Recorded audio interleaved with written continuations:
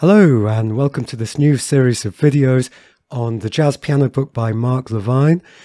If you've ever asked anybody, any jazz musician, or gone on the internet and asked anywhere on the internet, whether that's Facebook or a forum or Reddit or wherever you like to ask stuff, I want to learn jazz piano, recommend me a book. This is the #1 book that gets recommended over and over and over again. Now, the problem with this book, and I tried this many years ago when I was trying to learn jazz piano, and everyone said, the jazz piano book by Mark Levine, and I went and got it. Yeah, it's impossible. It's impossible to teach yourself jazz from the Mark Levine book for reasons that you'll see as I go into the following chapters. So this video is basically covering the introduction, not just an introduction to the book, but the introduction that's inside the book as well. So the problem with this book is it only makes sense once you already know and understand everything that's in it. If you don't already know and understand everything that's in it, it's not going to make a lot of sense to you if you're new to it. This is its massive failure as a book in many ways. But for people then like me now who look at the book, it's like, well, yes, this is definitively all the information that you need as a jazz musician. It's just not laid out in the most logical, easy way to get when you're new to it. So my role, and the reason why I'm making these videos, is to basically hold your hand and help you get through this book until you then understand everything that's in it. When you understand everything that's in it, the book then becomes useful for you. So I really hope that I help you to attain this goal. So I'm going to quote bits from the introduction on page 6. Nobody has ever learned to play jazz from a book only. Certainly not this book. This one will help guide you while you study with a good teacher. My role is to be the good teacher that's going to help you with this book. And listen to as much live and recorded jazz as you can. This really is what you need. You can't just learn it from a book. You do have to listen to it, but you do, like jazz, you desperately need the theory as well. And anyway, moving on. Much of this book involves music theory. There's a good reason why music theory is not called music truth, it says here. And I've got to warn you, and I've got to warn most people, before you start down your road of jazz theory, it's the Wild West. Now, as some of you know from my channel, I do teach mostly classical music, teach high-level classical music, as well as all levels of classical music. It's pretty standardized. Pretty much everybody agrees on most levels of classical music theory. Jazz music theory is the Wild West. There are so many things where you're going to hear differing opinions. People say different things, and they're all right. They're all correct. The problem is no one has come along to standardize it. So people who need definitive, well, I just need to know, is it this or is it that? You're not going to find that in a lot of jazz. So just to warn you about that in advance. So a lot of theory in this book, other people may say, that's not how that theory is. It's this way. And in a way, they're both right, because it is just music theory. This is not music fact that has been standardized and agreed on by everybody. I'll try and point out, though, when there's controversial opinions about things. Yes, so moving on page 8, it says to use this book, you should be able to read music in both the treble and bass clef. And right from the beginning, quite a lot of the stuff using treble and bass clef together is quite advanced. So he also says, know the major scales and key signatures and have some basic knowledge of intervals and chords. So really what this says to me is if you're a classical pianist who wants to learn jazz, then you're probably the ideal demographic for this book. Don't worry, though, if you're not great at sight reading, if you're not that great at reading treble clef and bass clef, maybe use this book to encourage you to improve your reading, and you just read through it slowly. But, you know, I do think that if you play jazz, it is very helpful to be able to read music. Don't worry about it too much, though. But one thing that you absolutely do need, you do absolutely need to know the major scales and key signatures. Although, in the beginning, you don't need to know your full major scales. And I'm teaching quite a few people jazz in a way that is not a million miles away from the way that this book is presenting it. And some of my jazz students only know their pentascales at the moment. So penta meaning 5, scale, da, da, da, da, da. So a pentascale's got 5 notes. It seems to be one of these words that only piano teachers seem to use. I've only ever heard piano teachers talk about pentascales. So when piano teachers talk about pentascales, they usually mean the major scale, and they mean the first 5 notes of the major scale. So the C major pentascale would be C, D, E, F, G. That's the C major pentascale, the first 5 notes. And what I do is I get my beginners to play the pentascale, and I encourage them to, in the beginning, just at first, to work these out by ear in every single key. So we can have C, and then I'll say, start on C sharp, can you work it out? And they might go, no, no, and so on and so on. And then they'll gradually work them all out in this way. Then they usually go like that and go, no. And, you know, I encourage them, don't go mad with this. Just do a little bit on this each day, 5-10 minutes each day. So for all kinds of reasons in jazz, I think it's possible to be able to just use the pentascales to start with. But eventually, yes, we want to be able to play the whole scale. The beauty of pentascales is you just use the same 5 fingers on every single one. 1, 2, 3, 4, 5, 4, 3, 2, 1. Because in piano, the thumb is finger number 1. 1, 2, 3, 4, 5, 4, 3, 2, 1. 1, 2, 3, 4, 5, 4, 3, 2, 1. And I'm talking about finger numbers here. So anyway, I'm going to talk more about that as we go on.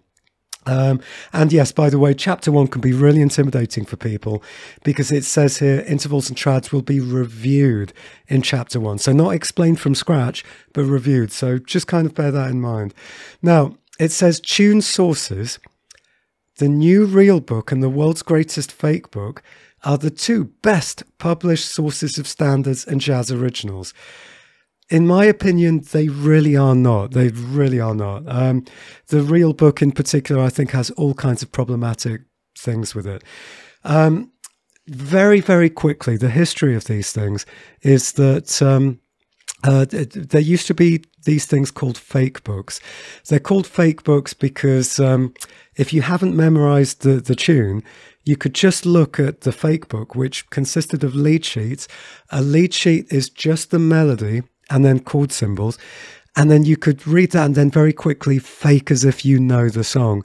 So it's just basically a collection of lead sheets. Now, they never used to be legal because to have all of the songs that you needed in one book was just way too difficult for any publisher to be able to arrange until relatively recently. So it used to be this furtive thing that you'd have to go into music stores and say, psst, psst, hey, have you got that fake book? And then the person working there would be like, shh, shh. And then, they'd be like, what, this thing? So, it's very shady and not legal. But then at some point, someone started getting permission to be able to do these within copyright, and they became called real books. So that's a quick potted history of them. Now, the one that I like the best is a fake book. It's the not quite so legal one. I like this book called The Jazz Fake Book. That's the one that I recommend to people. But if your conscience is not comfortable with that, then yes, use real books, use books that are legal. Problem is, none of them are really definitive. None of them are really what I would think of as like, yes, this is the one that I recommend. I mean, the closest I think is this Jazz Fake Book. But it's up to you. I'm not going to tell you where to go and get it. You'll, to go and investigate it if you're interested in getting that. But as you work your way through this book, I personally think that's the most useful one with the best chords in it. But as we go on, I'm going to recommend, okay, for this tune, you want to use this fake book, this real book, or whatever. Anyway, so on that page, it says, the unhappy fact that the chord symbols C, C major 7, C major 7, C major 7. Now, the thing is, I'm just saying what they are. They're all written down differently here, and you'll see that basically as I'm saying them. All mean pretty much the same thing, and are often used interchangeably, can be discouraging. So, yes, this really is a massive problem. Welcome to the world of jazz music theory, where people just have not standardized these things. Now, what it then basically tells you is that in this book, a big triangle means major 7. My personal preference is to have a little triangle with a 7. That's my personal preference. But in the book, just one big triangle on its own means major 7s. Okay? Annoyingly, it uses, in this book, it's using a plus and flat, the B sign for flat. So sharp is signified by plus, which really irks me. So watch out for that. I personally prefer the hashtag sign, as my younger students call it, for sharp. Some people like the little minus. I don't like little minus, but basically in this book it uses the flat sign, which I prefer instead of minus. That's good. It uses American terminology. So if you're American, that's great. You know, it talks about half steps and whole notes and half notes and all that kind of stuff. You know, I'm British, so I prefer minim, semitone, tone, all that kind of stuff.